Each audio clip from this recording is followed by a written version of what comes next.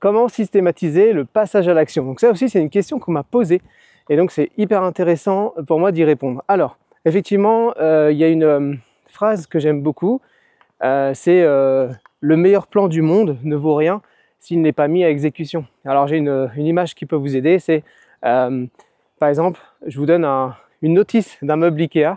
Ah, vous avez beau apprendre par cœur cette notice, si vous ne commencez pas par visser les 2 premières planches, en fait il se passera rien et votre meuble ne sera jamais monté.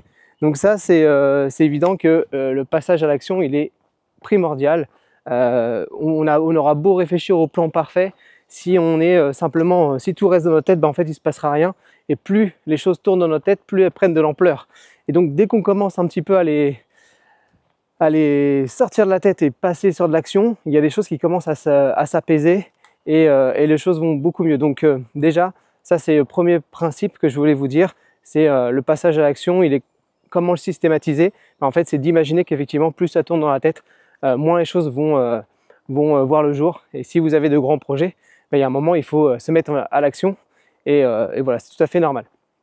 Ensuite, effectivement, on peut être confronté à des peurs et à des blocages. La mise en action, c'est ça, souvent ça fait peur. Et il y a différentes choses que je peux vous expliquer par rapport à ça. Alors, la peur, c'est juste une perception d'un éventuel danger. Et il y a différentes zones. On évolue dans différentes zones. Il y a la zone de confort, celle où on est actuellement, on est bien, on est en confiance, tout va bien pour nous, mais si on y reste trop longtemps, c'est vrai qu'à un moment on peut s'ennuyer et on ne va pas progresser. Ensuite, il y a la zone d'inconfort ou la zone de progrès, c'est comme ça que je l'appelle, la zone d'apprentissage. Alors elle fait un petit peu peur, mais c'est dans cette zone-là qu'on évolue. Et puis après, il y a la zone d'inconfort total, celle-ci, voilà, c'est la peur bloquante, paralysante, etc. C'est vraiment autre chose. Mais ce que je peux vous dire, c'est que si vous avez peur de vous mettre en action, comment on systématise le passage à l'action? Et en fait, c'est de se dire qu'effectivement, il y a cette zone d'apprentissage qui est là, qui fait peur. Ça ne nous garantit pas de réussir, ça ne nous garantit pas l'échec, mais par contre, on sait que c'est dans cette zone qu'on va obtenir des résultats. Donc cette zone, elle existe, et peut-être qu'elle n'est pas si loin que ça, elle n'est pas si éloignée de votre zone de confort. En fait, elle est juste derrière. Elle est juste derrière. Donc ça veut dire que quel premier petit pas vous pouvez faire dans cette zone d'inconfort qui vous aiderait justement à passer à l'action sans vous mettre en danger. Donc voilà, identifiez quelle est votre prochaine action qui vous fait peur. Moi par exemple, c'était de faire des vidéos YouTube comme ça en parlant sans montage, sans rien. Et en fait, j'ai commencé par faire des vocaux. Et puis une fois que j'avais fait ces vocaux, j'ai fait des lives en vidéo avec des personnes. Donc du coup, les interactions m'ont permis de prendre la parole de façon plus fluide. Et puis la dernière étape, évidemment, c'était de parler comme ça, face caméra, et de poster tel quel sur YouTube.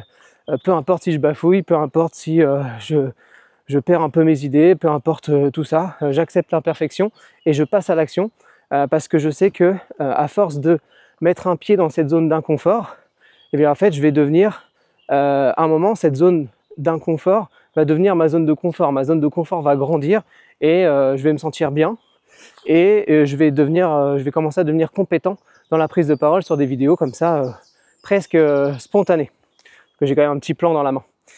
Donc voilà, ça c'est la première chose que je voulais vous dire. Ensuite, deuxième chose, c'est peut-être pour systématiser l'action, c'est d'enlever la friction. Il y a toujours des fois des blocages qui nous empêchent de passer à l'action parce que la situation n'est pas pratique, parce qu'il nous manque ci, il nous manque ça. Il y a toujours une raison en fait de retarder l'action. Donc moi ce que je fais, c'est j'enlève toutes les frictions. Par exemple, poster des vidéos sur YouTube, c'était pas être seul à la maison, parce que je suis jamais seul à la maison, il y a des ados qui rentrent, qui sortent, etc. Ma femme en télétravail, etc. Bon, c'est jamais fixe. Donc la solution, ça a été d'aller dehors pour mes vidéos YouTube, ou mes appels, ou mes vocaux. Donc ça, c'est très simple, ou brainstormer, etc. Donc j'ai enlevé la friction, je vais dehors, et du coup, tout est fluide, tout est facile, et j'ai zéro blocage. Du coup, quand je suis dehors, je peux me lancer sur ces activités-là. Et puis voilà, en fait, il y a des projets aussi qui me demandent d'être complètement concentré.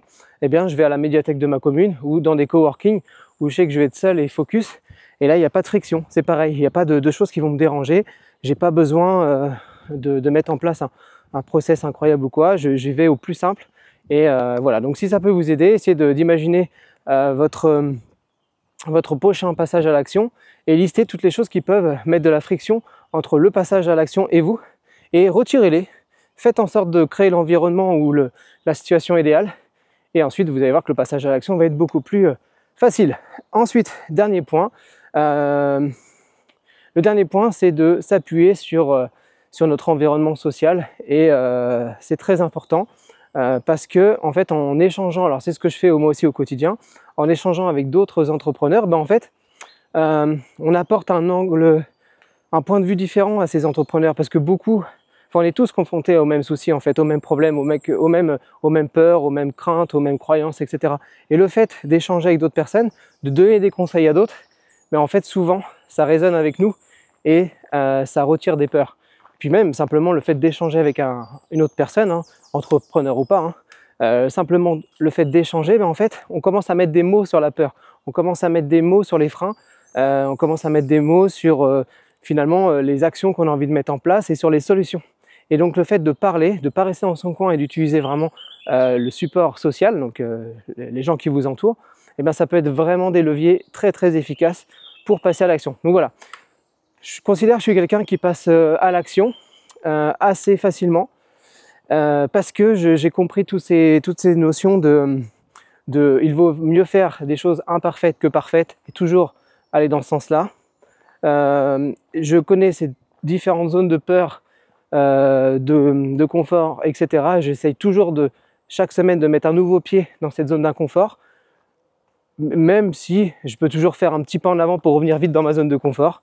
Et puis surtout m'aider de mon cercle social pour parler, pour avancer, pour brainstormer, pour se rassurer aussi. Tout ça, c'est vraiment des leviers que j'ai pris en compte assez tôt et dont je me sers chaque semaine. Voilà, j'espère que cette vidéo vous a aidé pour passer à l'action. Si cette vidéo vous a plu, bah évidemment, abonnez-vous, mettez un petit like, un commentaire, ça peut m'aider aussi. Et puis posez peut-être des questions si vous avez envie. Moi, j'y répondrai avec plaisir dans d'autres vidéos. Allez, ciao!